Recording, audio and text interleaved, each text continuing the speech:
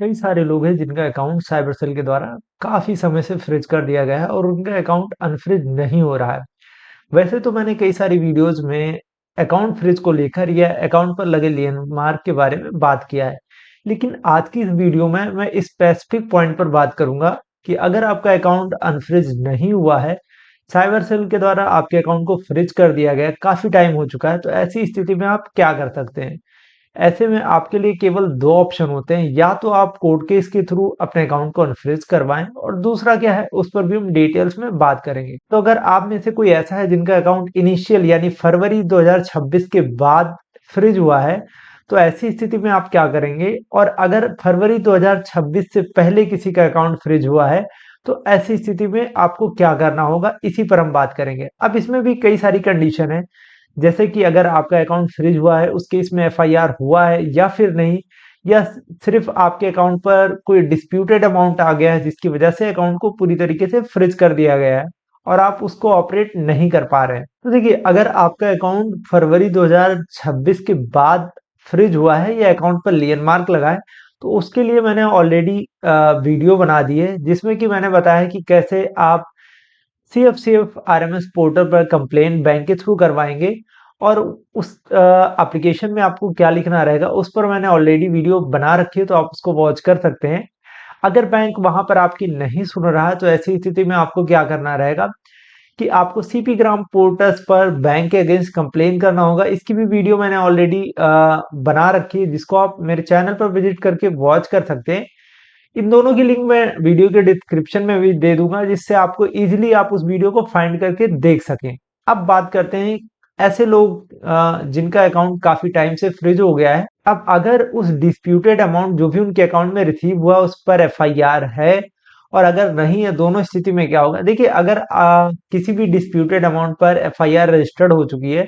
तो इसमें थोड़ा सा लॉन्ग प्रोसेस है कि वहां के आपको आईओ यानी इन्वेस्टिगेशन ऑफिसर को कोऑर्डिनेट करते हुए आपको वहां पर विजिट करना पड़ सकता है, क्योंकि बिना विजिट करे उसमें प्रॉब्लम का सॉल्यूशन आपको आई थिंक नहीं मिल पाएगा। क्योंकि जब भी किसी भी चीज में एफआईआर रजिस्टर्ड हो जाती है तो उसमें फिर मौखिक जो भी बयान दर्ज करने होते हैं वो पूरी तरीके से प्रेजेंट होने के बाद ही लिए जाते हैं और उसको दर्ज किया जाता है। तो आप अगर उसको मेल या फिर किसी के थ्रू करवाना चाहेंगे तो पॉसिबल नहीं। अब ऐसे में मैं प्रोफेशनल के बारे में बात नहीं कर रहा हूँ कि अगर आप किसी लॉयर को हायर कर रहे हैं वो जाके आपके काम करवा रहा है आपके बिहाफ पे, तो वो एक अलग मेथड है। बट अगर आप इंडिपेंडेंटली खुद उस पर वर्क करना चाहें तो मेरे हिसाब से वो बिना विजिट करे सॉल्व नहीं होगा। तो अगर आपके अकाउंट को फ्रीज कर दिया गया और आपके अकाउंट में जो भी डिस्प्यूटेड अमाउंट रिसीव हुआ है,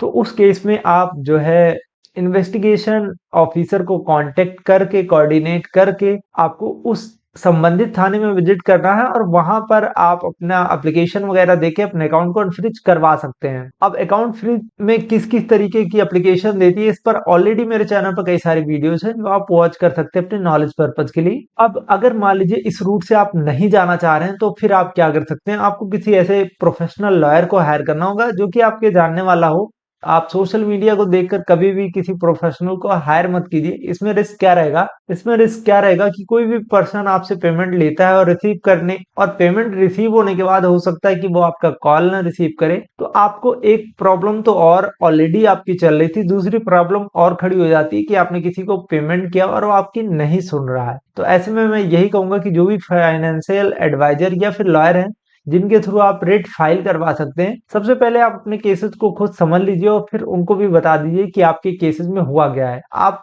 इस केस में आप अपना जो भी केस बता रहे हैं उसमें यहाँ पर आप झूठ बोलने की कोशिश मत कीजिएगा, क्योंकि कई सारी चीजें होती है जो ट्रांसपेरेंट होती है ट्रांजेक्शन की वजह से। तो जो आपने एक्चुअल किया है अपने अकाउंट में जिसकी वजह से आपके अकाउंट पर लेन मार्क लगा है या पूरा का पूरा अकाउंट फ्रीज हो गया है, तो वो आप वैलिड रीजन बता सकते हैं और अपना रेट फाइल करवा के कोर्ट के थ्रू भी अपने अकाउंट को अनफ्रीज करवा सकते हैं। इसमें कोई और ऐसा ऑप्शन नहीं है कि आपने मेल भेजा या बाकी सारी चीजें की और आपका अकाउंट अनफ्रीज हो गया। अब इसमें भी जो पुराने केसेस चल रहे हैं, चाहे उस पे एफआईआर रजिस्टर्ड हुआ है या फिर नहीं हुआ है, यहाँ पर आपको अपने बैंक के ब्रांच में विजिट करना है और वहां पर आपको सीएफ आरएमएस पोर्टल पर अपना अकाउंट नंबर चेक करवाना है। अगर आपका जो ओल्ड केसेस है वो सीएफ आरएमएस पोर्टल पर इंटर हो चुका है तो वहां से बैंक कोऑर्डिनेशन करके आपके अकाउंट को अनफ्रीज करवा सकता है। मतलब सबसे पहले तो बैंक बेसिक केवाईसी डिटेल को वेरीफाई करेगा। वेरीफाई करने के बाद अगर उसको लगता है कि वीडियो कॉन्फ्रेंसिंग के थ्रू आपकी पक्ष यानी आपकी बात सुननी है, तो वीडियो कॉन्फ्रेंसिंग करवाता है, जिसमें कई सारे लोग होते हैं, जैसे कि बैंक ऑफिसर, इन्वेस्टिगेशन ऑफिसर, संबंधित थाने का इन्वेस्टिगेशन ऑफिसर, और जिसने भी कंप्लेन कर रखी है, जिसके साथ फ्रॉड हुआ है, वो भी उस केस में हो सकता है। अब मान लीजिए ये केसेस इन्वेस्टिगेशन ऑफिसर से नहीं सॉल्व हो रहा, तो वो डिस्ट्रिक्ट लेवल और स्टेट लेवल ऐसे करके वो आपका केस पुशअप हो जाता है और आपकी प्रॉब्लम का सोल्यूशन सिर्फ आरएमएस पोर्टल से ही मिल जाता है। तो ये सारी चीजें करने के बाद भी अगर प्रॉब्लम नहीं सॉल्व हो रही है, तो आप अपने केसेस के लिए रिट फाइल करवाइए और अपने अकाउंट को आप अनफ्रीज करवा सकते हैं। आई होप ये वीडियो आपके लिए हेल्पफुल रही होगी। मिलते हैं एक नई वीडियो के साथ, तब तक के लिए जय हिंद दोस्तों।